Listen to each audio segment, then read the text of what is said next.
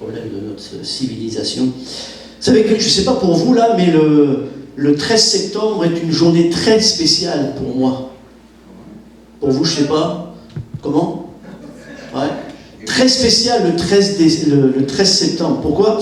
Parce que le 13 septembre, donc c'est aujourd'hui, le 13 septembre 1986, oups, c'est loin. Le 13 septembre 1986, j'ai pris pour épouse Catherine Isabelle Zoven, qui est devenue ma femme. Donc aujourd'hui, ça fait 34 ans que nous sommes mariés. Et comme j'ai dit à mon épouse ce matin, merci pour toute la patience que tu as eue encore jusqu'à aujourd'hui. Mais c'est ça. C'est qu'on se rend compte que Dieu, même si aujourd'hui la société met une emphase particulière sur l'homme, la femme, le couple, moi je crois plus que jamais à la solidité du couple en Jésus. Et ce n'est pas par nos forces, ce n'est pas par seulement nos capacités ou qu'on est les meilleurs, mais on croit à la grâce de Dieu. Amen. Vous savez que, à travers la vie, lorsque l'on est jeune, en tout cas plus un homme, parce qu'un homme marche avec la vue, hein, scientifiquement, psychologiquement, ça marche comme ça. Voilà. Mais on marche par la vue. Et on est jeune, on est beau, on en a plein les yeux. De la fiancée, du fiancé, on n'a qu'une hâte, c'est de se marier. On en a plein les yeux. Et puis les années passent. Et puis avec les années qui passent, on vieillit. On a un petit peu de rides, on perd ses cheveux, pour un peu de poids. Mais vous savez ce qui fait la différence, c'est pas d'en avoir plein les yeux, c'est d'en avoir plein le cœur. Parce que même si les années passent, si nous en avons plein le cœur de notre épouse, de notre époux, alors on continuera à en avoir plein les yeux. C'est ça. Et avec Jésus, c'est ça. C'est que plus nous en aurons plein le cœur, plus nous en aurons aussi plein les yeux. Et on ne commence pas par les yeux, on commence par le cœur. C'est ça la différence. Alors, j'ai obéi à votre pasteur parce qu'il a eu à cœur un thème sur, pas que de moi, mais de lui. Donc j'ai été soumis, et à travers ce qu'il m'a demandé, j'ai étudié toute la semaine, pensé à des choses que j'ai déjà prêchées, mais j'ai amené ça d'une manière différente. Pourquoi? Parce qu'on est différents. Et au-delà des ministères, au-delà des dons que Dieu nous donne, des capacités des uns des autres, nous sommes différents en tant qu'hommes, en tant que femmes, dans notre personnalité, dans notre caractère. On est tellement différents. Et je ne me suis pas arrêté à travers les dons, les talents, les ministères que Dieu donne, notamment à travers Éphésiens 4, mais je me suis intéressé aux disciples que Jésus a choisis. Les 12 à la base, les 12. Et en lisant les 12 disciples que Jésus a choisis, je me suis dit, mais quels hommes différents c'étaient les uns les autres. Différents. Mais Jésus les a choisis justement parce qu'ils étaient différents. Amen. Et lorsque j'ai regardé, j'ai étudié ces hommes, au-delà de leur nom, parce qu'on sait qu'à travers la Bible, lorsqu'il y avait un nom, ça ressemblait à leur caractère, mais j'ai étudié ce qu'ils étaient, ce qu'ils ont fait, et je me suis aperçu que, waouh! Et je ne me suis pas, en les regardant, je ne me suis pas, je ne me suis pas comparé à l'un plus qu'à un autre, mais je me suis rendu compte qu'à travers les 12, j'étais dans plusieurs des 12. À travers ce qu'ils étaient, à travers ce qu'ils faisaient, à travers leurs talents, mais aussi à travers leurs manquements, leurs imperfections, leurs péchés. Mais il n'empêche que Jésus les a quand même bien choisis, les 12, dans leurs différences. Et ce qui était fort, c'est que à travers leur personnalité, leur caractère, et combien croient avec moi que certains ont un foutu caractère, les disciples aussi. Les disciples aussi. Et pourtant, Jésus n'a pas dit non, lui je ne le prends pas, il a un sale caractère. Il l'a pris quand même. Il les a choisis comme ils étaient. Mais en même temps, j'aimerais vous dire ce matin, c'est que vous savez, aujourd'hui, avec un petit peu de recul, 32 ans de ministère cette année, on dit toujours, ah mais vous inquiétez pas, Dieu nous aime comme on est. Vrai ou faux? Amen. Oui et non. Amen. Oui et non. Parce que si Dieu nous aime comme on est, il n'a pas besoin de nous donner de Jésus alors. Puisque s'il nous aime comme on est, il nous aime avec notre péché, puisque nous sommes pécheurs à la base. Donc s'il nous aime comme on est, il n'y a pas besoin qu'on ait Jésus, puisqu'il nous aime avec nos péchés. Par contre, je suis conscient avec vous que lorsque l'on vient à lui, il nous aime comme on est. Et il n'attend pas qu'on devienne meilleur pour commencer à nous aimer et à nous bénir. Parce que la Bible nous dit que lorsque nous étions encore pécheurs, c'est-à-dire dans notre état naturel, Christ est mort pour nous. Amen. Et que la Bible nous dit que Dieu nous a aimés le premier comme on était. Amen. Mais justement, il nous accepte comme on est, afin de devenir comme il veut. Amen. Et c'est ça l'importance de Dieu, de Jésus et de la parole de Dieu. Dieu nous accueille comme on est. Mais il nous amène à Jésus pour devenir comme il veut. Yes. C'est ça la grâce. Et c'est ça la parole de Dieu. Sinon, si Dieu nous aime comme on est, à quoi sert Jésus? Pourquoi Jésus est venu? Et pourquoi avoir la parole de Dieu? Puisque de toute façon, Dieu nous aime comme on est. Donc on n'a pas besoin d'être enseigné, on n'a pas besoin d'être changé, d'être transformé. Enfin vous, mais moi, oui, j'en ai besoin d'être changé. Moi aussi. Mais l'important, c'est de réaliser ensemble que on est différents, mais ensemble, pour une église qui fait la différence. Amen. Et j'aimerais bien juste que vous regardiez ça. On n'est pas là simplement pour faire une différence. Pourquoi? Parce que sur la terre, la société, il y a toutes sortes de choses qui sont faites et ça fait une différence. Amen. Mais vous et moi, nous ne sommes pas appelés à faire une différence parmi les autres. Nous sommes appelés à faire la différence. Amen. La différence. Nous sommes appelés en tant que corps de Christ, Église de Jésus-Christ, nous sommes appelés à faire la différence que le monde ne peut pas faire par ses qualités. Et il y a des qualités dans des hommes, dans des femmes, et il y a des choses remarquables, des associations, des hommes, des femmes qui font des choses étonnantes, remarquables, merveilleuses. Mais ça, c'est une différence parmi des différences. Mais nous apportons la différence du ciel. Amen. Dieu nous choisit comme on est dans nos différences, pour amener sa différence. Amen. C'est ça qui est extraordinaire. Amen. Et si aujourd'hui on peut amener la différence à travers Sainte-Terre, à travers les environs, c'est parce que Jésus habite en nous et parce que nous sommes le corps de Christ. Amen. Alors nous faisons non pas une différence, mais la différence. Amen. La différence de l'amour de Dieu. Amen. La différence de la grâce de Dieu. La différence de la bonté de Dieu, de la fidélité de Dieu, la différence de la puissance de Dieu, amen. La différence de l'Esprit de Dieu. Amen. Parce que là, il nous parle de l'Esprit du monde, mais nous, on a l'Esprit de Dieu. Amen. Alors oui, différents, mais ensemble pour une Église qui fait la différence. Alors, à travers ce texte d'Éphésiens, chapitre 4, on voit là vraiment l'importance entre, pas simplement une collectivité, mais on voit qu'il y a l'importance de l'individu, l'importance de chacun et de chacune. Lorsque on regarde Éphésiens 4, la Bible nous dit qu'il a donné les uns, il a donné les uns et les autres. Ce matin, nous sommes les uns et les autres.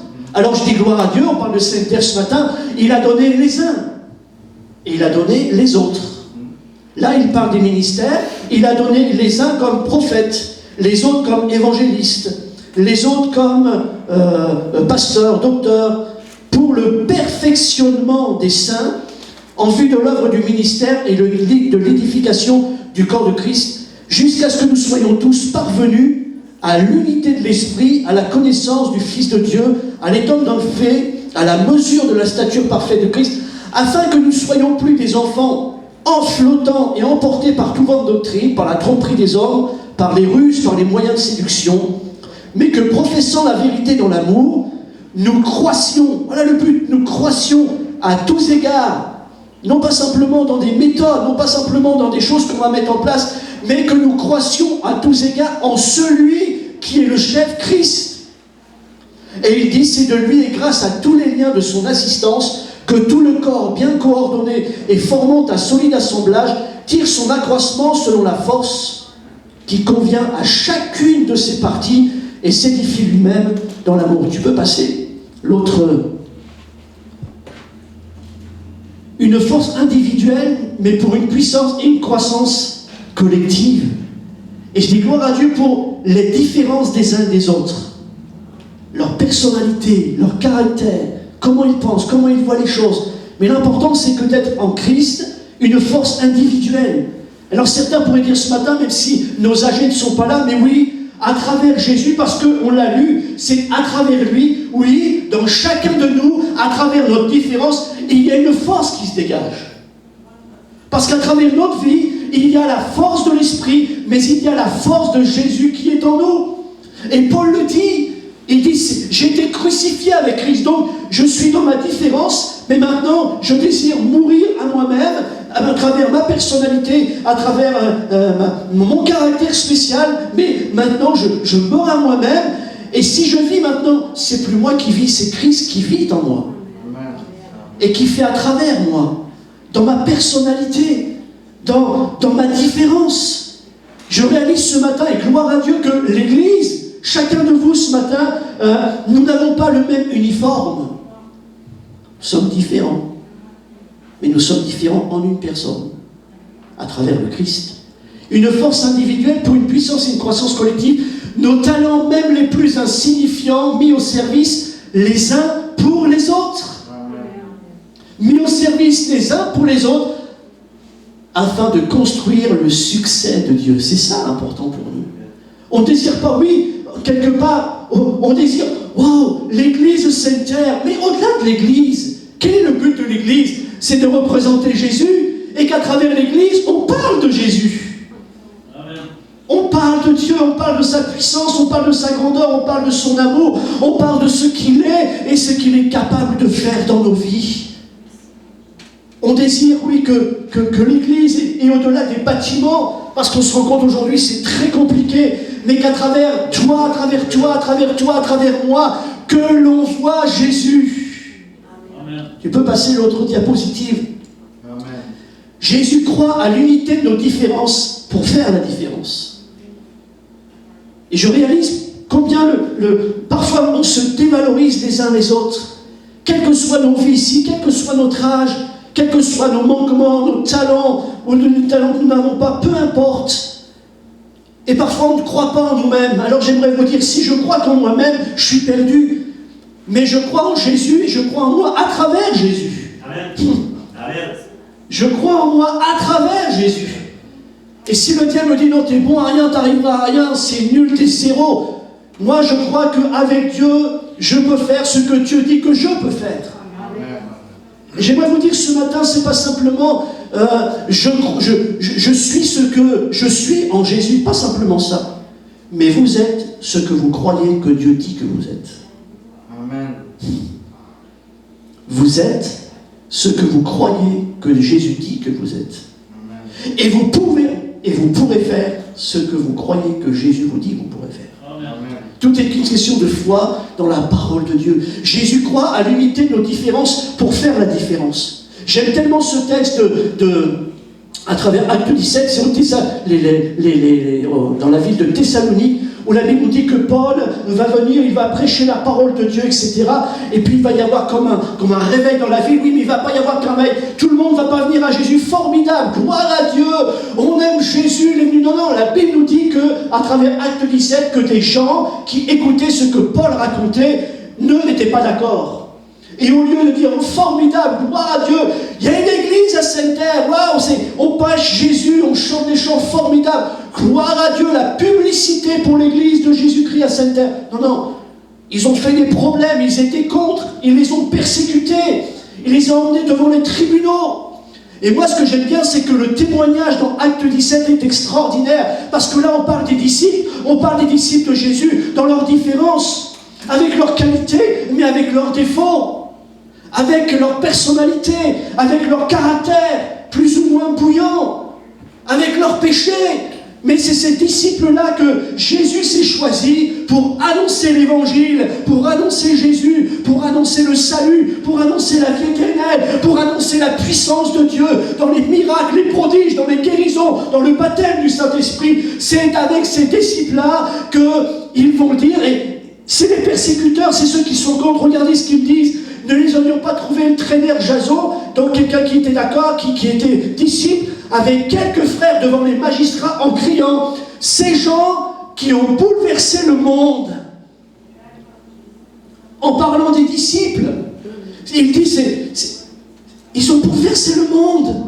Est-ce que vous réalisez les uns les autres que c'est avec ces disciples-là, avec leurs qualités, mais aussi avec leurs défauts, leurs manquements, dans leurs différences, c'est avec eux que Jésus a bouleversé le monde. Amen. Et il dit, ces gens-là qui ont bouleversé le monde, ils sont ici.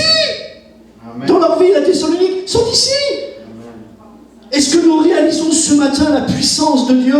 Qu'est-ce que devient l'Église aujourd'hui? Est-ce que je pourrais dire ce matin, est-ce que vous me permettriez de dire, ceux qui vont bouleverser cette terre et la région sont ici? Amen. Amen. On y croit. Mais est-ce que nous le croyons? Dieu n'a pas changé. Dieu n'a pas changé. Et merci Seigneur, parce que lorsqu'il nous est parlé d'Élie, la Bible nous dit que Élie était un homme de la même nature que nous. Avec ses qualités, mais aussi avec ses défauts, avec ses hauts et avec ses bas. Amen. Et combien croient avec moi qu'on a des hauts et on a des bas, et parfois on a plus de bas que de hauts. Mais Élie a prié pour que le ciel soit fermé, alors le ciel a été fermé. Élie a prié pour que le ciel s'ouvre, et le ciel s'est ouvert. Et pourtant, Élie était un homme comme vous et comme moi. Il a bouleversé sa génération. Et dans les temps, je suis au-delà de tout ce que ça peut amener comme désagrément, comme problème, et tous ceux qui sont morts à cause de cette pandémie peu à peu. Moi, je crois plus que jamais qu'à travers cela, Dieu peut réveiller son Église. Dieu peut nous amener à nous réveiller. Dieu peut nous amener à de nouveau reprendre pied dans la parole de Dieu, dans la foi, dans l'enseignement, dans la puissance du Saint-Esprit. Je crois que c'est une porte ouverte pour vivre les temps de Dieu. Amen. Ces gens ont bouleversé le monde. Avec leurs défauts, avec leurs qualités, avec leur caractère, avec leur personnalité, avec leurs péchés, avec leurs manquements. Non, Dieu les a choisis, il les a changés dans leurs différences. Et c'est eux qui ont bouleversé le monde. Alors lorsque je reprends Marc 13, tu peux passer l'autre diapo. Marc 13, il nous est dit, Marc 13, c'est la liste des disciples de Jésus lorsque il les a choisis là, les premiers, Marc 3. C'est extraordinaire. D'abord, au verset 7, la Bible nous dit que Jésus se retira vers la mer avec ses disciples. Une grande multitude le suivit de la Galilée et de la Judée. Remarquez bien, Jésus se retira. Ensuite, il est dit, une multitude, apprenant tout ce qu'il faisait, vint à lui. Il chargea ses disciples de tenir toujours à sa disposition une petite barque, afin de ne pas presser la foule. Car il guérissait beaucoup de gens, et tous ceux qui avaient des maladies se jetaient sur lui pour le toucher. Verset 13. Il monta ensuite sur la montagne. Verset 7, il se retire vers la mer. Verset 13, il monta ensuite sur la montagne. Et là, il appela ceux qu'il voulut, et ils vinrent auprès de lui. Il en établit 12, pour les avoir avec lui, et pour les envoyer prêcher, avec le pouvoir de chasser les démons. Voici les noms des 12 qu'il établit. Simon, qu'il nomma Pierre, Jacques, fils de Zébédée, et Jean, frère de Jacques, auquel il donna le nom de Boanerges, ce qui signifie fils du tonnerre. André, Philippe, là il y a un André ici. Hein. Je ne vais pas te rater ce matin. Non, c'est une blague. André, Philippe, Barthélemy, ou Nathanaël, parce que Barthélemy c'est Nathanaël. Matthieu, Thomas, Jacques, fils d'Alphée, Thaddée ou Jude, Simon le Cananite ou le Zélote, et Judas Iscariote, celui qui livra Jésus. Ils se rendirent tous à la maison. Oups, qu'est-ce qu'il va bien pouvoir raconter avec Judas? Il est mal parti le pasteur ce matin. Non, je suis bien parti. Il en a choisi 12. Et lorsque vous regardez ces 12-là, 12 différents, 12 12 hommes avec 12 particularités différentes, des caractères différents, avec des hauts extraordinaires, mais aussi avec des bas terribles. Et lorsqu'on se souvient un peu des disciples, on en parle certains un peu moins, mais surtout ce qu'on rappelle, c'est Pierre. Puis Pierre, Pierre, il a renié Jésus, c'est tout ce qu'on retient de Pierre. Thomas, on se souvient de Thomas. Oh, lui, il est incrédule, il ne croit pas. Parce qu'il va dire, si je ne vois pas, je ne croirai pas. Donc c'est des clichés. Parce que lorsqu'on étudie la vie de ces hommes-là, il n'y a pas que ça. Et moi, il aurait presque fallu, pour être béni, là, il aurait presque fallu faire minimum une réunion par disciple. Tellement c'est extraordinaire la vie de ces disciples-là. Lorsqu'ils virent l'assurance de Pierre, ils furent étonnés. Tu peux passer ? C'est vrai, je pense qu'on l'a vu. Voilà. Non, vas-y. Voilà. La Bible nous dit que, vas-y, tu peux faire défiler. Non, les textes. Voilà. Il les prit avec lui. Regardez bien. Oh, ça va pas bien mon affaire. Là. Non, mais il en manque un normalement. Vas-y, clique encore. Ouais. Clique encore. Bon, il a disparu. En tout cas, la Bible nous dit que premièrement, il les prit pour les avoir avec lui. Voilà le but de Jésus, la communion avec lui. Voilà pourquoi Jésus a choisi premièrement ses disciples. Pas simplement pour ce qu'ils étaient capables de faire, mais premièrement pour être en communion avec eux. Et il ne faut pas oublier les uns les autres que tout de suite on voit l'église. Qu'est-ce que je pourrais faire? Et puis parfois certains sont frustrés. Je l'ai vécu en tant que pasteur en France à travers des services quelconques dans le bâtiment parce qu'on a résumé l'église à un lieu géographique, on a résumé l'église à un bâtiment et on a amené maintenant l'église juste à un horaire. C'est le dimanche matin entre 10h et midi. Mais c'est pas ça l'église. Parce que l'église c'est pas un bâtiment, c'est un corps. Amen. Un corps qui bouge. Un corps qui est animé, un corps qui va d'un endroit ou qui va dans un autre, qui va au travail. Et il y en a qui vont bientôt les faire dodo parce qu'ils sont fatigués. Hein? Et c'est normal parce qu'il y a un temps pour tout. C'est normal, mais c'est un corps. Et au-delà de tout de suite, on voit, oui, qu'est-ce qu'on va pouvoir faire et certains sont frustrés parce que, j'aimerais faire ça dans l'église, puis le pasteur, il n'a pas voulu faire ça dans l'église. Bah, si c'est ça, je ne reviendrai pas à l'église. Oh, pasteur, tu vas nous fâcher. Non, je ne vous fâche pas. Et je ne m'excuse pas parce que c'est la réalité.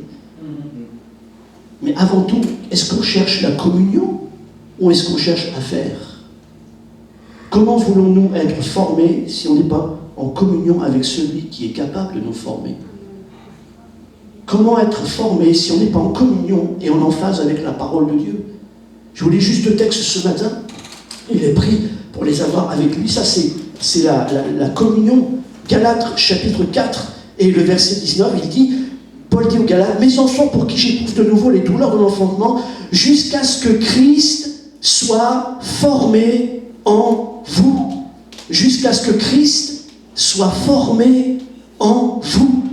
Comment pouvons-nous, avec notre différence, notre personnalité, notre caractère, comment pouvons-nous faire la différence si celui qui fait la différence n'est pas en nous et si ce n'est pas lui qui nous forme? Amen. C'est la base.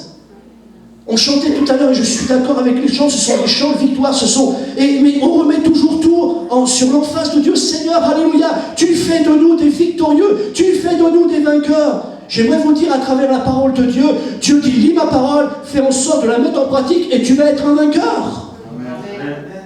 Parce qu'on en met toujours l'emphase sur Dieu, Dieu va faire, Dieu va agir, Dieu va me bénir. J'aimerais vous dire, bénissez-vous vous-même. Amen.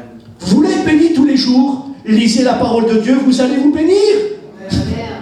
Vous allez vous bénir. Lisez la parole de Dieu, priez, vous allez vous bénir. Amen. Et vous n'allez pas attendre que le pasteur Luc prie pour vous dimanche matin. Non, non. Vous allez être bénis lundi, mardi, mercredi, jeudi, vendredi, samedi et dimanche. Amen. Comment pouvons-nous être formés si celui qui fait la différence n'est pas formé en nous? Ça vient de là. Et avant de chercher à faire, on doit chercher à être formé. Formé pas simplement à travers l'enseignement, mais formé à travers Jésus, à travers sa vie en moi, afin qu'il grandisse en moi. Qu'est-ce que va dire Jean-Baptiste? Il faut que je diminue et il faut qu'il grandisse en moi. Il faut qu'il prenne la place. Et plus Jésus prendra la place, plus on sera apte et formé à faire ce qu'il veut qu'on fasse dans notre différence. Amen. Gloire à Dieu pour les Annie, gloire à Dieu pour les Luc, gloire à Dieu pour les Éric Lefebvre. Éric Lefebvre, c'est pas Luc. On n'a pas la même personnalité, on n'a pas le même caractère, on n'a pas le même ministère. Mais gloire à Dieu, il est aussi important que moi, aussi important que Claudette, que chacun de nous. Gloire à Dieu pour les Annie, gloire à Dieu pour les André. Et l'important, c'est que Christ, le même Christ, soit formé en nous. Amen. C'est ça l'important. Gloire à Dieu pour Karl, il est derrière Satan, mais gloire à Dieu dans sa différence. Mais l'important, c'est que lui, ce même Jésus qui va agir en lui, c'est le même Jésus qui va agir en moi. Amen. C'est le même Jésus qui nous forme. Amen. On n'a pas différents maîtres, on a un maître en Jésus-Christ. On a un enseignement, la parole de Dieu. Mais premièrement, il les prit pour les avoir avec lui. C'est ce qu'il voulait, Jésus, les avoir avec lui. Ce que Dieu veut avant tout dans ta différence, c'est que tu sois avec lui. Et la Bible nous dit que si nous sommes avec lui, il sera avec nous. Approchez-vous de Dieu, il se rapprochera de vous. Il veut qu'on soit avec lui, quelle que soit notre différence. Et avant de faire, on a besoin d'être. Et on a besoin d'être avec lui. Et qu'il grandisse en nous, qu'il nous change, qu'il nous transforme. Ensuite, il y a la formation parce qu'il les envoya avec un pouvoir. Oui, dans leur différence. Dans leur différence. Il les envoya avec le pouvoir de chasser les démons. Il les envoie avec cette vision du succès. Non, pasteur, moi j'ai passé l'âge. Que toi tu aies la puissance, pasteur, c'est normal, mais moi... Non, il les a choisis dans leur différence, les 12, dans leur personnalité, dans leur caractère, dans leur haut, dans leur bas. Mais quels que soient les 12, ils étaient appelés à être formés pour le succès, Amen. Pour la victoire. Amen. Et je dis gloire à Dieu pour cette formation qui nous donne le pouvoir. Alléluia.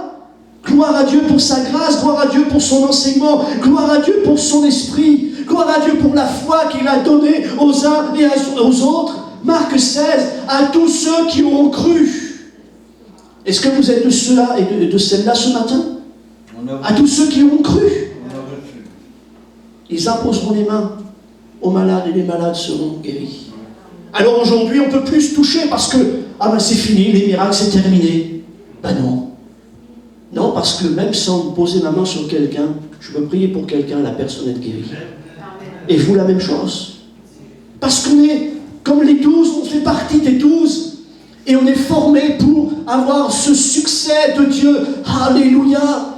La Bible nous dit, à travers Luc 10, que lorsqu'ils ont été envoyés, ils sont revenus, gloire à Dieu, ils disaient, mais ils sont revenus tous avec succès. Ils vont dire, même les démons nous sont soumis, gloire à Dieu, ils sont dans la victoire. Dieu en a envoyé 70 au milieu des loups, mes amis, au milieu des loups. Des brebis au milieu des loups.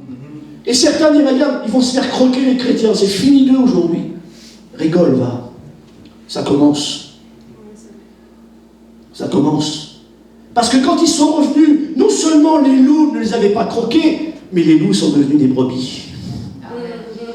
Et la puissance de l'Église, c'est ça. C'est qu'à travers les loups cruels qu'il y a autour de nous, au-delà des gens, je ne parle pas des gens, mais à travers le péché, alléluia, ils n'ont pas été influencés, mais ils ont influencé. Amen. Dans leurs différences, Amen. Dans leur personnalité, avec leurs manquements, avec leurs qualités, avec leurs défauts. Pourquoi? Parce qu'ils étaient avec Jésus.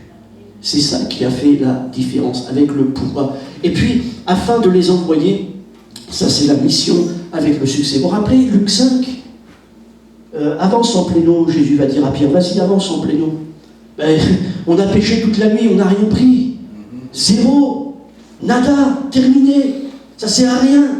On a péché à un moment propice pendant la nuit, c'est ce temps-là, et malgré ça, on est revenu, on est bredouille, zéro. Mais Pierre va dire, sur ta parole, je jetterai le filet.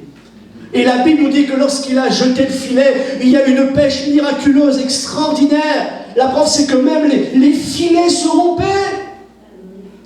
Pendant la nuit, rien. Mais sur la parole de Jésus, ils ont fait une pêche miraculeuse. Le miracle a eu lieu. Le succès sur quoi? Sur la parole de Dieu. Est-ce que nous croyons la parole de Dieu? Est-ce que nous croyons à travers la foi que Dieu aujourd'hui est le Dieu des miracles, il est le Dieu des prodiges, il est le Dieu qui change le mal en bien, il est le Dieu qui est capable de changer la vie d'un homme, la vie d'une femme, il est capable de guérir, il est capable de transformer un être entier. Est-ce que nous le croyons? Amen. La Bible nous dit qu'il y avait tellement de poissons que les filets se rompaient et ils ont été obligés de demander de l'aide. Différents, mais ensemble pour faire une différence. Certains, on regarde à travers, oui, mais ce ministère-là plus... Non, c'est pas ce ministère-là plus que l'autre ministère. L'important, c'est d'être des ministères différents, mais ensemble, afin que le filet ne se rompe pas. Alléluia. Je peux vous dire ce matin encore que parfois je suis frustré lorsque je vois à travers des choses qu'on mettait en place en France et comme on dit, le bébé n'avait pas le temps d'arriver. Et des choses ont capoté, des choses n'ont pas été mises en place. Pourquoi? Parce que lorsqu'on lançait le projet, au lieu d'avoir de l'aide pour ramener le filet, il y avait toutes sortes de non, on n'y arrivera pas, non, puis tu peux pas, putain, non, t'es trop jeune pour faire ça, pas toi. Des choses ont capoté parce qu'on n'y a pas cru. Mais si nous sommes des hommes et des femmes qui croyons, peu importe le filet, si Dieu a une vision, il a une provision et il va nous faire ramener ensemble le filet. Malgré ce que l'on est, nos capacités, nos défauts, nos caractères, les uns et les autres. Tu peux cliquer? Apprendre et apprécier nos différences pour faire la différence. Lorsque je regarde la parole de Dieu, il est dit dans Apocalypse 21, ça m'a surpris ça en étudiant. Il est parlé de la Nouvelle Jérusalem, on parle du retour de Jésus. Et puis il nous est dit dans l'Apocalypse chapitre 21, il nous est parlé de la Nouvelle Jérusalem, de l'Église glorieuse. Et il est dit à travers ce symbole, cette image, la muraille de la ville avait 12 fondements, ok? Et sur eux, il y avait les 12 noms des 12 apôtres de l'agneau. Ça m'a béni. Parce que Jésus appelait à lui les disciples. Et lorsqu'on regarde l'Apocalypse, il ne nous est pas dit disciples, mais apôtres. Et apôtre, c'est la mission. Apôtre, c'est l'appel. J'aimerais vous dire que vous ne pouvez pas rentrer dans votre appel si vous n'êtes pas disciple avant tout. Dans notre différence. Jésus a appelé ces 12-là. Il en a fait des disciples. Pourquoi? Pour qu'ils soient des apôtres, peu importe, après des évangélistes, des pasteurs, des docteurs, des missionnaires, peu importe, mais pour être apôtre, pour entrer dans sa mission, pour entrer dans la mission de Dieu, nous avons besoin d'être disciples. Amen. Et lorsque je regarde ce texte, je me dis, mais c'est extraordinaire, parce qu'on retrouve les 12 noms, donc les 12 noms des 12 apôtres de l'agneau, les 12 noms des 12 apôtres de Jésus. Alors je ne rentre pas dans les détails, je n'ai pas le temps ce matin, mais ce qui m'a béni, c'est ces noms-là, ces 12 noms-là, ces 12 disciples différents. Oui, le nom de Pierre, celui qui a renié Jésus, oui. Il est là, marqué. Oh. Thomas l'incrédule, oui. Il est là, marqué. Le nom de Judas, est-ce qu'il est là, lui? Matthias. Parce que l'important, au-delà de l'homme, c'est pas l'homme, c'est le ministère que Dieu donne à l'homme. Amen. Moi, je peux disparaître. Mais si j'ai un ministère ici, si moi je disparais, ce ministère sera pris par quelqu'un d'autre. Vous comprenez ça? Amen. Parce que l'important, c'est pas simplement l'homme ou la femme, c'est le ministère que Dieu a mis en lui et en elle. Judas était parti, mais comme il y avait un ministère, le ministère est toujours là. Et ce ministère-là, il fallait qu'il soit repris par quelqu'un d'autre. Et j'aimerais vous dire, ça me bénit tellement ce matin. Dieu ne nous a pas donné un ministère aux uns aux autres parce qu'on existe, mais on existe parce qu'il y avait un ministère que Dieu voulait qu'on prenne. C'est énorme. C'est extraordinaire. Alors tu peux cliquer. Quelle heure est-il? Ça va? J'ai appelé Pierre le Roc.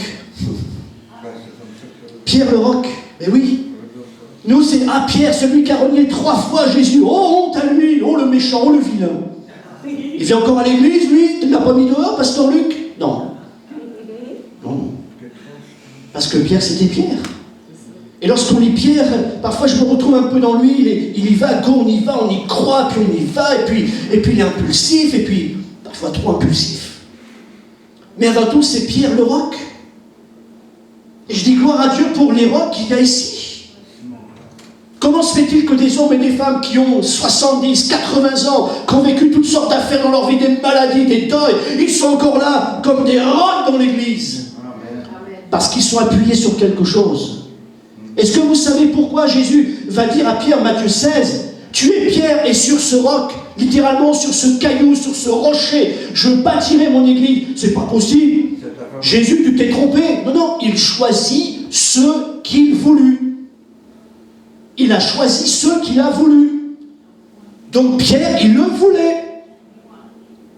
Pierre garonnier Jésus. Enfin, après son appel et le ministère, il y a quand même eu de la repentance. Hein. Ça, faut pas l'oublier quand même.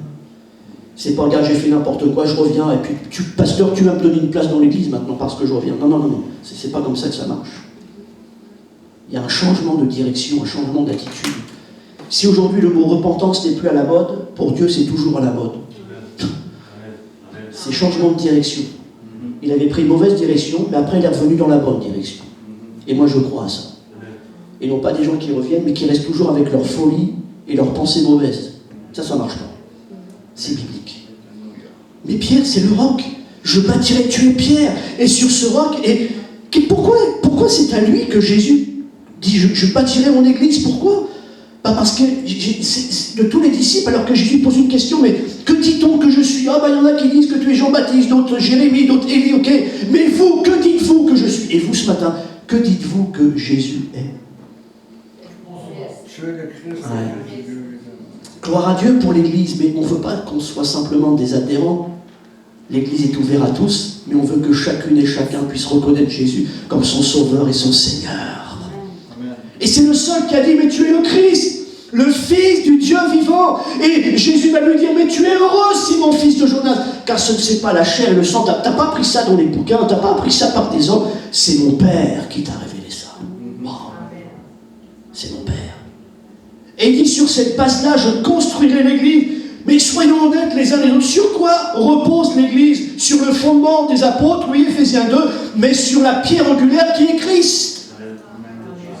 Et le fondement, c'est nous à travers ce qu'on enseigne, mais notre enseignement, il est fondé sur la pierre angulaire, sur Christ. Tu es Pierre, tu es le roc. Et je dis, qu'est-ce qui fait le succès de l'église? Ce sont les rocs. Et Dieu veut que tu sois un roc. Avec tes hauts, avec tes bas, avec tes qualités, avec tes défauts, peu importe. Mais gloire à Dieu de ce que l'on déclare aujourd'hui. J'espère que vous l'avez déclaré dans votre cœur et que vous n'êtes pas simplement une simple personne qui vient et qui est adhérent à l'église, mais que Christ, que Jésus est ton Seigneur, il est ton Sauveur, il t'a sauvé. Est-ce que nous pouvons repartir avec cette assurance? J'ai donné ma vie à Jésus. Alléluia. J'ai remis ma vie en règle avec Jésus. Et si tu as Jésus dans ta vie, tu as mis ta vie en règle avec lui, alors mets tes affaires en règle avec lui. Avec nos défauts, avec nos talents. Mais on a besoin de déclarer, tu es le Christ, le Fils du Dieu vivant. Et sur cette base-là, je dis gloire à Dieu ce matin pour les pierres qui sont là dans l'église et qui construisent, qui bâtissent l'église à travers le Saint-Esprit et à travers la parole de Dieu. Tu es le Christ, le Fils du Dieu vivant. Tu peux passer? Il nous est parlé de Jacques. Jacques le grand frère. Pourquoi j'appelais Jacques le grand frère? C'est simple, c'est que il est dit aussi de Jacques, le frère de Jean, que c'était le frère aîné. Et donc il est décrit comme Jacques le majeur. Pourquoi je dis majeur? Parce qu'après on va parler de Jacques le mineur. C'est Jacques le majeur. Pourquoi? Parce que c'est le grand frère. C'était le frère aîné. Et puis il y a cette particularité dans l'évangile qu'il ne nous est pas dit que Jean était le fils de Zébédée, même s'il l'était, mais Jacques et Jean, les fils de Zébédée. Et Zébédée, ça veut dire que l'Éternel a donné. Moi je dis gloire à Dieu pour les grands frères et les grandes sœurs qu'il y a et que Dieu a donné à l'Église. Amen. On parlait d'épaule il n'y a pas longtemps, gloire à Dieu, parce qu'on a tous besoin de mettre la tête parfois sur l'épaule de quelqu'un. Et moi je dis gloire à Dieu pour les frères, pour les grands frères, pour les grandes sœurs. Gloire à Dieu pour les aînés, gloire à Dieu pour les mères spirituelles, gloire à Dieu pour les pères spirituels. C'est comme ça que l'Église se bâtit, qu'elle est construite, au-delà des murs. Mais on peut compter sur quelqu'un, on peut compter sur le grand frère, on peut compter sur la grande sœur, on peut compter sur une mère spirituelle, sur un père spirituel. Dieu a donné à l'Église des grands frères, des grandes sœurs, alléluia, sur lesquels on peut poser notre tête sur son épaule, on peut prier, on peut dire des choses, et puis on sait que la personne va le garder, puis on va prier ensemble, on va combattre ensemble. Gloire à Dieu pour les grands frères et les grandes sœurs que Dieu a donnés à l'Église. Amen. Moi, je vais vous dire ici, soyez des grands frères, soyez des grandes sœurs. Je dis gloire à Dieu pour les grands frères. Moi aussi, à travers mon âge aujourd'hui, je suis un grand frère. Pour ceux qui sont derrière moi. Mais gloire à Dieu parce que j'ai aussi des gens devant moi. Et c'est pour moi des grands frères, des grandes sœurs. J'en ai besoin. Tu peux passer? Gloire à Dieu pour Jean. Ah, Jean, c'est l'apôtre de l'amour. Non, non, non, non. Relisez l'épître de Jean. C'est pas que l'apôtre de l'amour, c'est l'apôtre aussi de la lumière. Il faut remettre tout dans le contexte. Et dans l'épître de Jean, avant de parler que Dieu est amour, il est dit que Dieu est lumière. Et l'apôtre Jean, c'est la révélation de l'amour par la lumière. Mais c'est normal parce que Jésus, c'est la lumière. Mais nous, aujourd'hui, on parle plus de l'amour que de la lumière. Et c'est pour ça que c'est un chaos aujourd'hui. C'est terrible. Parce que l'amour exauce tout, puis l'amour excuse tout, puis c'est une grande salade. Alors oui, pourquoi je suis ici? Parce que je tiens à travers l'amour de Dieu, à travers sa grâce. Mais la lumière. Et Jean, c'est la révélation de l'amour à travers la lumière. Mais c'est aussi Jean, regardez, c'est extraordinaire, parce que Jean, c'est celui qui a été déporté sur l'île de Patmos. Est-ce que vous savez, au moment où il a été déporté, pourquoi? Parce que, à travers ce qu'il faisait, il a amené un réveil. Et là encore, il y a une persécution, les gens ne veulent pas. Mais il faut l'éliminer, ce gars-là, il prêche Jésus, il y a des choses qui se passent, c'est pas normal. Alors on l'a déporté. On l'a mis en prison sur une île. Est-ce que vous savez quel âge il avait? 90 ans. 90 ans. À 90 ans, vous savez ce qu'il dit, Jean? Puis je vis. À 90 ans, il a encore une révélation de Jésus. Il a encore une vision de Jésus. Alléluia. Et moi, je dis gloire à Dieu pour les gens ici. On va dire les Jeannes. Pour les hommes et les femmes qui, malgré leur âge, ont encore une vision de Dieu. Pourquoi? Quelle est la clé de ça? Est-ce que vous savez que Jean, l'apôtre, a entendu quelque chose de la part de Jésus que personne d'autre n'a entendu? Jean a entendu quelque chose de Jésus que personne d'autre n'a entendu. Vous savez quoi? Non? Cherchez bien. Il a entendu battre le cœur de Jésus parce qu'il était penché sur sa poitrine. Et c'est ce qui a donné son succès. À 90 ans, il a encore une vision. Plus vous serez sur le cœur de Jésus, plus vous aurez une vision de Dieu. Et on a besoin de ça. On peut passer? Et là, je vous dis, je fais un survol. Mais là, tu vas voir, Pasteur Luc, le miracle va avoir lieu. Je finirai comme tu as dit. Philippe, c'est lié par l'amitié. Parce que c'est ce que son nom veut dire. Lié par l'amitié. Mais je dis gloire à Dieu, qu'est-ce qui nous lie ici? C'est l'amitié. Non, non, plus que l'amitié. L'amitié qui fait la différence parce que cette amitié-là, elle vient du ciel. Amen. Et Jésus le dit, aimez-vous les uns les autres comme je vous ai aimé. Et c'est ça l'important. Et lorsque je regarde ce Philippe, avec ses hauts, avec ses bas, peu importe, c'est extraordinaire parce que il y a une particularité. Lui, c'est l'homme de la rencontre. Comment pouvons-nous rencontrer si nous ne sommes pas liés par l'amour? La Bible nous dit que premièrement, Jésus va le rencontrer. Et puis la Bible nous dit que finalement, lui, il va rencontrer un autre. Il va rencontrer un autre qui s'appelle Nathanaël. Et puis Nathanaël, il va lui dire, mais tu sais, on a rencontré Jésus, tu sais, c'est extraordinaire, c'est le Messie. Il vient de Nazareth. Et puis là, Nathanaël va lui dire, mais peut-il venir de Nazareth quelque chose de bon? Viens à l'église de Sainte-Terre, tu vas voir, c'est extraordinaire. Qu'est-ce qui peut venir de bon de cet endroit-là? Vous savez ce que va dire Philippe? Viens et vois. Viens et vois. J'aimerais vous dire ce matin, qu'est-ce que nous avons à dire et à raconter à nos gens autour de nous? Est-ce que nous pouvons dire, viens et vois? C'est ça la clé. C'est pas simplement d'être rassemblés, sinon on est comme les autres, on se rassemble. Non, c'est pas un rassemblement, c'est un rassemblement différent, parce qu'on est rassemblé pour Jésus, on est rassemblé pour le louer, pour l'adorer, pour le glorifier, on est rassemblé pour être enseigné par Jésus, par sa parole, on est rassemblé pour être plus fort ensemble, on est rassemblé dans notre différence pour faire une différence, afin que l'on voit Jésus, viens et vois. Et c'est l'homme de la rencontre. Mais pourquoi? Parce qu'il était lié par l'amitié.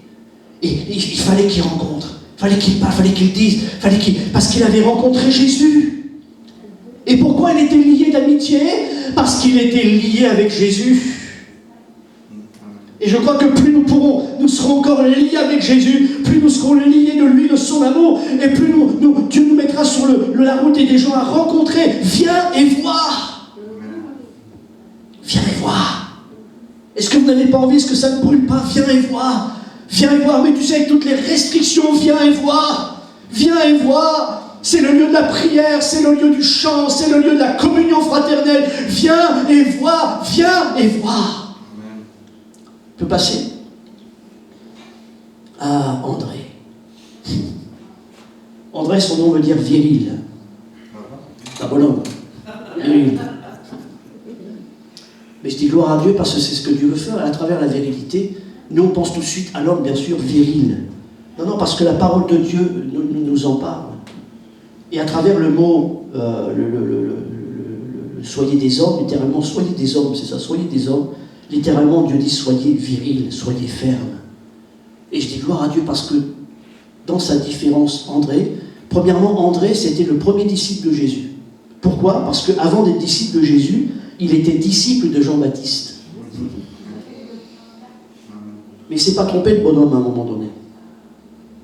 Il a suivi Jésus parce qu'il a compris. Et vous savez sur quelle base il a suivi Jésus?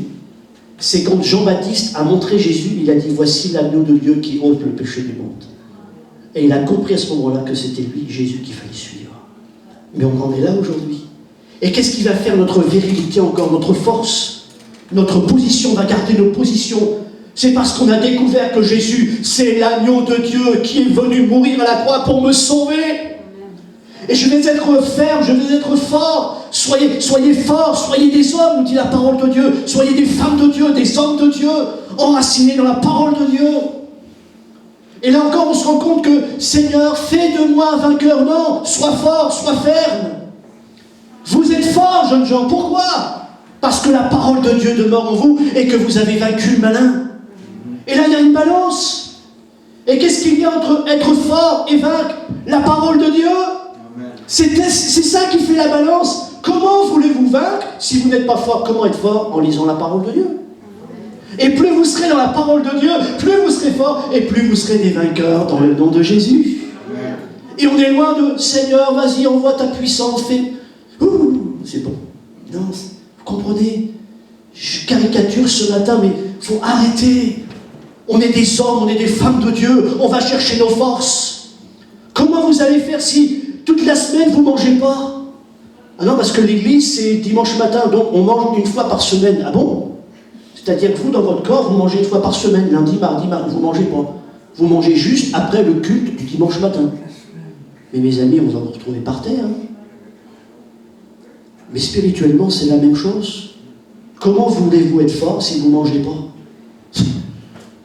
Et on est loin de Seigneur, rends-moi fort. Non. Fortifiez-vous, soyez des hommes. Littéralement, soyez viril. Sois viril. Même si tu es une femme. Soyons des hommes et des femmes virils. Forts. Tu peux passer? Je suis dans les temps. Barthélemy. Comment? Il faut digérer ce qu'on mange. Exactement. Mais il faut manger pour digérer. Ouais, mais pour la digérer, on peut l'assimiler. Barthélemy ou Nathanaël. Et je l'ai appelé l'ombre efficace.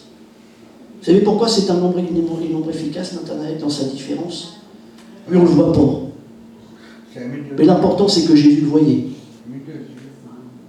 Ça veut dire, Nathanaël, ça veut dire don de l'éternel. Jésus le voyait. Vous savez pourquoi je l'ai appelé l'ombre efficace? C'est parce que la Bible nous dit qu'à un moment donné, il était en train de prier sous un figuier. Il était à l'ombre du figuier. Et dans la culture, lorsque quelqu'un se mettait, souvent parce que le figuier est quelque chose de spirituel, lorsque quelqu'un se mettait à l'ombre du figuier, c'était pour méditer. C'était pour chercher Dieu. C'était pour prier. Et alors qu'il est là à l'ombre que personne ne le voit, Jésus l'a vu. Et je dis gloire à Dieu pour toutes les personnes qui sont des ombres, ne sont pas là, ils ne jouent pas de la basse, ils ne jouent pas de la guitare, ils ne jouent pas de la batterie, ils ne sont pas prêcheurs, mais ils sont là et dans l'ombre, ils font un travail remarquable. Ils ne sont pas là, mais chez eux, ils prient, ils lisent la parole de Dieu, ils témoignent, peu importe ce qu'ils font, ils ont un travail dans l'ombre, mais une ombre efficace. Et je dis gloire à Dieu pour les Nathanaël, dans leurs différences. Et on a besoin de vivre ça. C'est pas parce qu'on ne te voit pas que Dieu ne te voit pas. Dieu te voit quand tu pries, même si tu n'es pas là. Dieu te voit quand tu lis la Bible, même si tu ne l'ouvres pas parce que tu es ici. Dieu te voit lorsque tu parles à quelqu'un, et que même ton pasteur ne le voit pas. Mais ça, c'est l'ombre efficace. Tu peux passer? Alors je vous dis là, je fais un survol. Matthieu le combattant. Oui, parce que c'est ce que veut dire son nom. C'est ce que veut dire son nom. Au-delà du don de l'Éternel aussi, c'est Makomai. Et Makomai, ça veut dire le combattant. Est-ce que vous réalisez Matthieu? Vous savez comment il est devenu disciple, lui? Vous savez ce qu'il faisait? Il était publicain. C'est-à-dire que littéralement, il travaillait avec l'ennemi. Vous savez que les Romains, Israël était assujetti aux Romains. Les Romains avaient envahi la Palestine. Et lui, finalement, il travaillait pour l'ennemi, finalement. Ils étaient considérés comme des traîtres. Non, non, Jésus, tu te trompes là, c'est pas le bon bonhomme là. Si. Est-ce que vous réalisez que lui, le traître, c'est celui qui a écrit l'évangile de Matthieu, et l'évangile de Matthieu, c'est pour les Juifs. Vous vous rendez compte? Jésus a choisi Matthieu afin qu'il déclare à son propre peuple, celui pour qui ils étaient un traître, que Jésus était bien le Messie. Ah, Jésus s'est trompé. Non, il ne s'est pas trompé. Hein. Vous vous rendez compte, aujourd'hui, on est en 2020 après Jésus-Christ et on lit l'évangile de Matthieu. Puis après, vous allez me dire que Jésus s'est trompé? Il ne se trompe pas. Mais je dis gloire à Dieu pour le changement, la transformation que Dieu est capable de faire. Il était là au bureau des péages, il trafiquait, il était un traître parmi sa nation. Et pourtant Jésus l'appelle parce que Jésus sait ce qu'il est capable de faire avec lui. Et je dis gloire à Dieu parce que quelles que soient nos vies, Jésus sait ce qu'il est capable de faire avec nous. Et les choses les plus invraisemblables, lui, Matthieu, tu le choisis, lui, celui qui a un trait parmi sa nation, pour parler à sa nation. Oui, ça, c'est la logique de Dieu. C'est pas la mienne, mais c'est celle de Dieu. Et qu'est-ce que nous voulons aujourd'hui, la logique de Dieu ou notre logique? C'est la logique de Dieu. Mais là encore, il est devenu disciple avant d'être apôtre. Tu peux passer? Ah, Thomas. Ben moi, je l'ai appelé, non pas Thomas l'incrédule, mais Thomas le convaincu. Vous savez ce que ça veut dire, Thomas? Ça veut dire jumeau. On est tellement jumeaux avec lui. Pourquoi? Ben parce qu'on a nos bas. Un jour on croit, le lendemain c'est plus compliqué. Enfin, peut-être pas vous, mais moi, on combat. Ta foi combat tes doutes. Oui ou non? Moi, je réalise que la vie chrétienne, c'est un ring de boxe. Et tous les jours, tu es sur un ring de boxe. Et tous les jours, tu te bagarres. Parce que sur le ring de boxe, il y a la foi et il y a tes doutes. Et le but de tes doutes, c'est de mettre KO ta foi. Et soyons honnêtes les uns les autres à travers tout ce qui nous arrive. Combien de fois, parfois, on a pris les bonnes droites de nos doutes? Enfin, moi, pas vous. Et parfois, on est comme KO à côté de ce qui nous arrive. Tous les jours, notre foi combat nos doutes. Mais au-delà de Thomas l'incrédule, parce que lorsque Jésus va mourir et ressusciter, ah non, si je ne mets pas mes doigts dans son côté, si je ne le vois pas, non, je ne croirai pas. Oh, Thomas l'incrédule, lui, disciple, oui. Non, c'était Thomas le convaincu. Parce qu'à un moment donné, lorsque vous lisez la Bible, il n'a pas toujours été comme ça, il avait des hauts, il avait des bas, et à un moment donné, Jésus va retourner vers Jérusalem, et allons mourir avec lui. Waouh! Il était capable, ce Thomas-là, oui, d'aller avec Jésus, et même s'il savait que ça allait craindre, il était capable de mourir avec Jésus. Waouh! Waouh! Là, il est en haut. C'était la Pentecôte. Un jour en haut, un jour en bas, une pente, une côte. Ouais, c'était ça. Ouais. Mais il n'empêche que ce Thomas-là, lorsque Jésus va aller le voir, il lui dit pas, non, regarde, t'as pas cru, t'es viré, mon bonhomme. Va au bureau te faire inscrire au chômage. Va toucher ton bien-être social. Non, non, c'est pas ça. C'est pas ça. Jésus va vers lui. Et c'est ce qu'il a déclaré Thomas. En voyant Jésus, va dire, mon Seigneur et mon Dieu. Ça, c'est la dernière note. Et je dis gloire à Dieu à travers nos hauts, nos bas, nos combats. Parfois, on prend des bonnes droites. Parfois, on est KO à travers nos doutes. Mais vous savez pourquoi vous êtes là ce matin?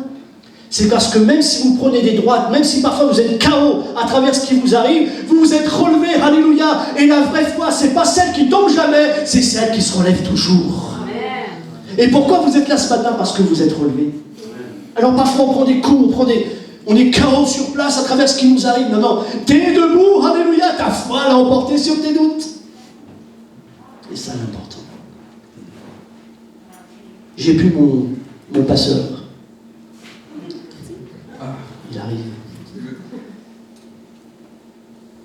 Et oui, Jacques le mineur. Jacques le mineur, fils d'Alphée, celui-là, fils d'Alphée. Alphée, ça veut dire éphémère. Oups. Et Jacques le mineur, pourquoi le mineur? Mais ça va avec fils d'Alphée. Vous savez, c'est des petites choses dans la parole de Dieu, il faut faire attention. Fils d'Alphée qui veut dire éphémère. Ouf. Ça me fait penser à ces gens qui disent, de toute manière, pour ce que je fais, c'est pas la peine. Tout ce que tu fais, ça vaut la peine. Et je dis gloire à Dieu pour tous ceux et celles qui font quelque chose pour l'œuvre de Dieu.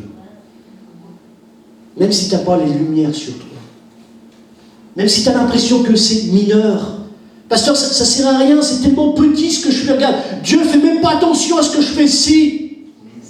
Est-ce qu'on n'oublie pas Jésus qui regardait, alors je parle de finances parce que c'est un exemple, est-ce qu'on n'oublie pas qu'à un moment donné Jésus était là et qu'il regardait ceux qui mettaient dans le tronc. Et la Bible nous dit qu'il y avait des riches qui mettaient beaucoup. Mais à un moment donné, il y a eu une pauvre veuve qui est venue et la Bible nous dit qu'elle a mis deux petites pièces. Putain, Jésus n'a même pas fait attention à ces 2 petites pièces. Si, justement. Parce que c'est ce qu'il a fait remarquer. Il a dit, elle, avec ses 2 petites pièces, elle a mis plus que tous les autres. Pourquoi? Parce que les autres, avec toute leur richesse, ils ont mis de leur superflu. Elle a mis de son nécessaire. Et je dis gloire à Dieu. Tout ce que tu fais aux yeux de Dieu, ça compte. Je prends une image, juste une scène, si c'est ton nécessaire, Dieu le sait. Et c'est important. Et tout ce que l'on met dans les mains de Jésus, Jésus est capable de le multiplier. Waouh! Et c'est pour cela que les uns les autres, on a tous besoin de réaliser qu'il n'y a pas de choses mineures avec Dieu. Du moment qu'on le met dans les mains de Dieu, ça devient majeur. Alors j'aimerais vous dire ce matin, plus de mineurs, afin qu'il y ait plus du majeur. Amen. Alléluia. On peut passer? Jude, le courageux, parce que son nom veut dire l'homme au grand cœur. Ouais. Comment l'Église serait debout si l'Église n'était pas une Église de cœur? Il faut être courageux aujourd'hui pour avoir un cœur. Vous savez, aujourd'hui, on est plongé dans un monde, dans une société qui devient de plus en plus indifférente. Indifférent. Tu sais, pasteur, il y a tellement de problèmes, tellement de misère, on ne peut pas répondre à tout. Ben non. Puis on n'a pas tout pour répondre à tout. Mais moi, je sais une chose, acte 3. On n'a ni or ni argent, mais ce que j'ai, je te le donne au nom de Jésus de Nazareth, lève-toi et marche. Parce que l'Église, elle est basée sur la foi. Et gloire à Dieu pour l'Église, au-delà des bâtiments, mais ce que vous représentez. Soyez des hommes et des femmes courageux, courageuses, et des hommes et des femmes de cœur, parce que Jésus, c'est le cœur. Et pourquoi il nous rend courageux? Parce qu'on est de cœur. Tu peux passer? Simon le Zélé. Ah bon? Oui. Parce que c'est ce qu'il veut, c'est ce que dans son nom. Il est appelé Simon le Cananéite ou Simon le Zélote. Alors je ne rentre pas dans les détails, je n'ai pas le temps. Mais Zélote ou Zélos. Zélos, ça veut dire zèle. Zèle, qui est traduit par passion. Mais vous croyez que l'Église, elle tient debout comment aujourd'hui s'il n'y a pas des passionnés pour Jésus? Mais vous croyez quoi? On a besoin d'être des passionnés pour Jésus. Et je crois qu'il y a une démission aujourd'hui à travers la passion pour Jésus. Il y a tellement de choses à faire, pasteur.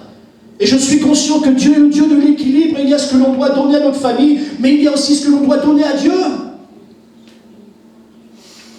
Et on met tellement l'emphase aujourd'hui sur « Ouais, mais tu sais, ma première église, c'est ma famille. Oui, tu as raison, tu dois t'occuper premièrement de ta famille. » Mais il y a tellement l'emphase là-dessus, il n'y a plus de temps pour Dieu, c'est ma famille. Oui, il y a ta famille, parce que Dieu te l'a donné, c'est pour que tu t'en occupes. Mais il y a un équilibre. Où est la passion? S'il n'y a pas la passion, je suis convaincu, pasteur Luc, qu'il y a longtemps que tu n'es plus pasteur à Sainte-Terre. Toi et ta femme. Paul, si tu n'as pas la passion dans ton cœur de Jésus, il y a longtemps que tu n'es plus ici. Et moi, au bout de 32 ans de ministère, et ce que j'ai vécu, je peux vous dire que ce n'est pas là que je suis aujourd'hui. Dieu veut qu'on soit des passionnés. Si aujourd'hui il n'y a plus de passion dans le cœur des gens, c'est fini, il faut tout arrêter.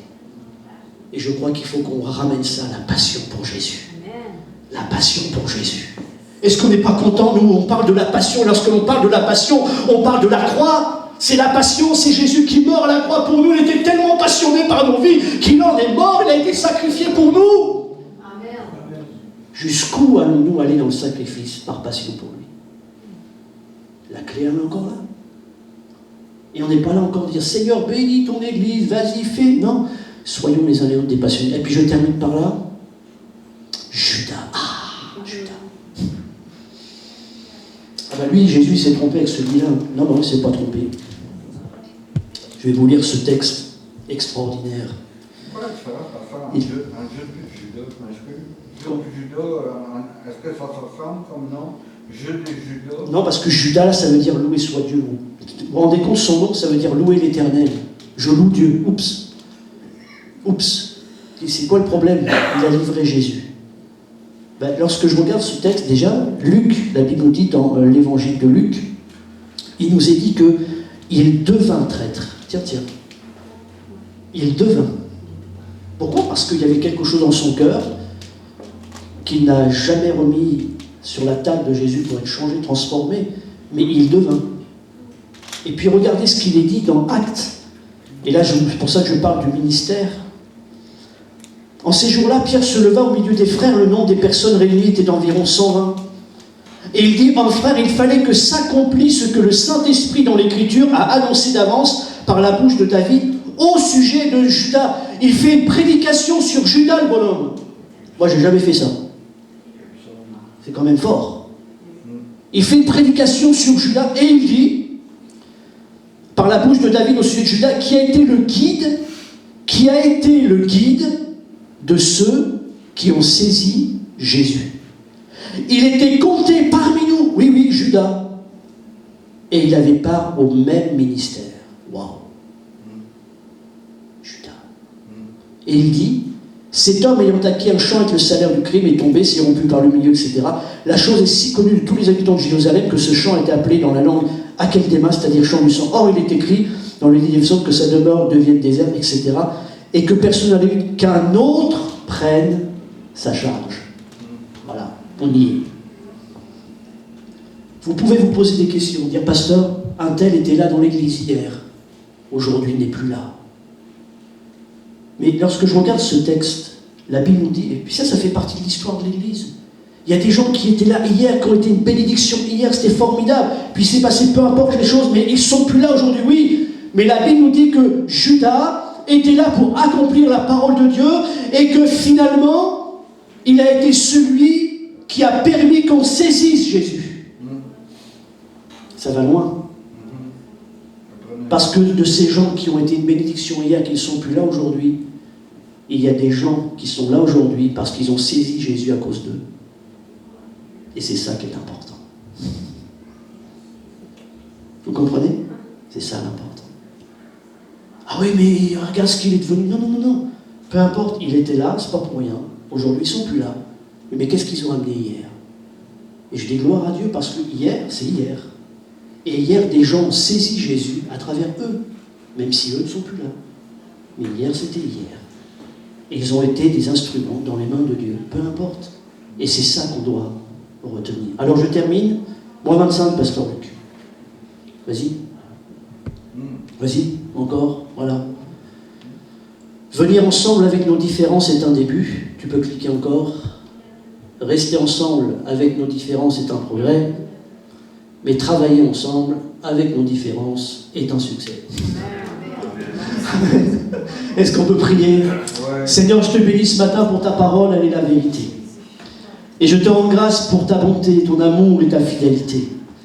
Seigneur, lorsque je me regarde, je me dis, mais quelle folie de prêcher ta parole, moi, Éric Lefebvre, avec mon caractère, ma personnalité, mes défauts, mes manquements, mes qualités.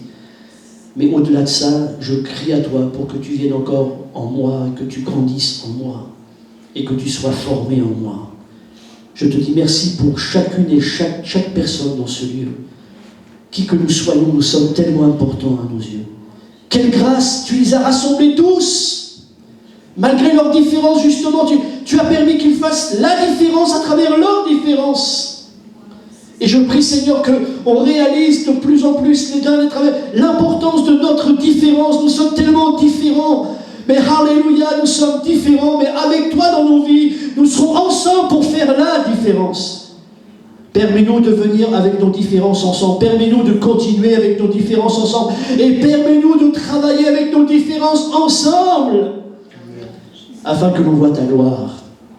Afin que tu sois manifesté, glorifié. Et que dans ces temps compliqués, l'Église de Jésus aille de l'avant. Que des hommes et des femmes soient sauvés. Que des hommes et des femmes découvrent Jésus comme leur sauveur, leur Seigneur. Qu'au nom de ta parole, qu'il y ait des miracles, qu'il y ait des prodiges, dans le nom de ton saint serviteur Jésus. Et que Seigneur, tu te glorifies. Je te bénis pour ce matin, je te bénis pour ceux et celles. D'ailleurs, je te prie ce matin de bénir ceux et celles qui n'ont pas pu venir ce matin. Fatigués, travaillant, peu importe. Et je prie ce matin aussi pour ceux et celles qui auraient dû être là, mais qui ne sont pas là. Seigneur, réveille-les. Réveille-les. Et je prie pour qu'on soit une église réveillée. Et qu'au nom de Jésus, soyons pas simplement des hommes qui filent sur le courant de la vie, sur le fleuve de la vie, mais que nous réalisions que nous sommes différents, mais en Jésus, nous sommes aussi différents pour faire la différence. Bénis mon frère, bénis ma soeur, bénis-nous tous ce matin, dans le nom de ton saint serviteur Jésus.